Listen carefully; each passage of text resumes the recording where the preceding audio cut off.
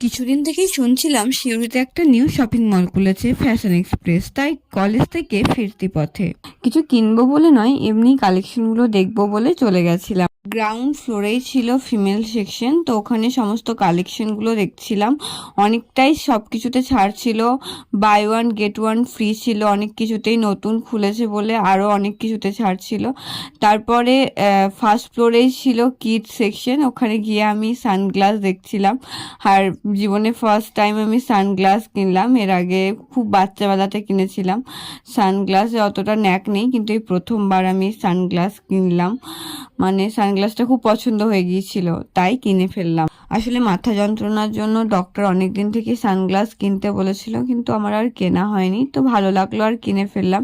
তারপর সেকেন্ড ফ্লোরে male section ছিল, ওখানে আর যাইনি। দেন বিল পেমেন্ট করে সানগ্লাসটার ব্যাগে না ভরে পরেই বাড়ি ফিরলাম। টাটা।